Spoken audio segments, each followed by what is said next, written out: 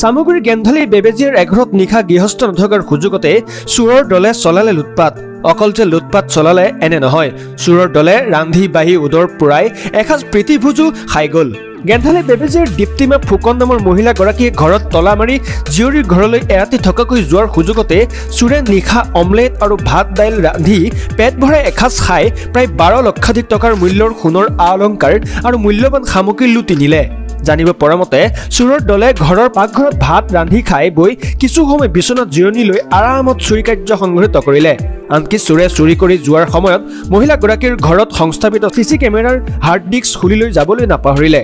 আজব দেশৰ আজব চোৰৰ কৰ্মকাণ্ড পিছদিনা নিশা গৃহস্থ ঘৰলৈ আহোঁতে পোহৰলৈ আহে। এই চুৰিকাণ্ডৰ সমগ্ৰ ঘটনা চামগুৰি আৰক্ষীক খবৰ দিলে।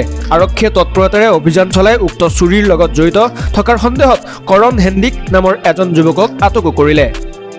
আমলেট বনাই খাইছে, অকণমান ৰাইচ আছিলে কেৰাহীত, মই সেইটো পেলাব নহ'ল, গুচি গ'লো।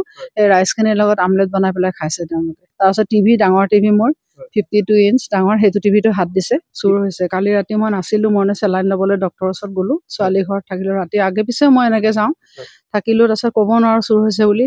আবেলি সময়ত মই আকৌ চেলাইন ল'ব লাগে, ঘৰলৈ আহিছোঁ কিবা এটা নিবলৈ। তেতিয়া নিব আহোঁতে দেখিছোঁ গোটেই তলা চলা ভঙা, চুৰ কৰি লৈ গ'ল কালি ৰাতি। এনে সোণৰ ভিতৰত মোৰ 4ডাল চেইন আছিলে, কাণফুলি দুযোৰ আৰু সৰু বেবীৰ কাণফুলি এযোৰ, বেবীৰ চেইন এডাল আৰু হীৰাৰ আঙঠি এটা আছিল আৰু 2টা এনে সোণৰ আঙঠি।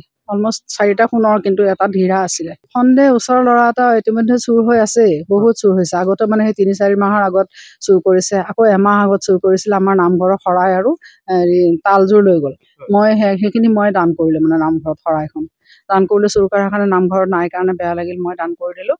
আকৌ সিদিনাখন আমি বিয়াটো ওলাইছে, ল'ৰাটো চুৰ কৰি থাকে। মোৰ বৰজনাৰ ঘৰৰ পৰা, ভাই শহুৰৰ ঘৰৰ পৰা কাঁহী বাতি এযোৰ চুৰ কৰিছে। আকৌ ওচৰৰ মানুহৰ কাঁহী বাতিবিলাক চুৰ কৰে।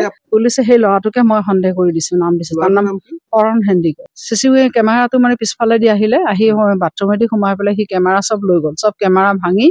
তাৰপাছতে এইটো ৰেকৰ্ডিং মেচিনটো লৈ গ'ল, কেমেৰা লৈ গ'ল, গোটেইখিনি লৈ গ'ল। News desk, times Guwahati.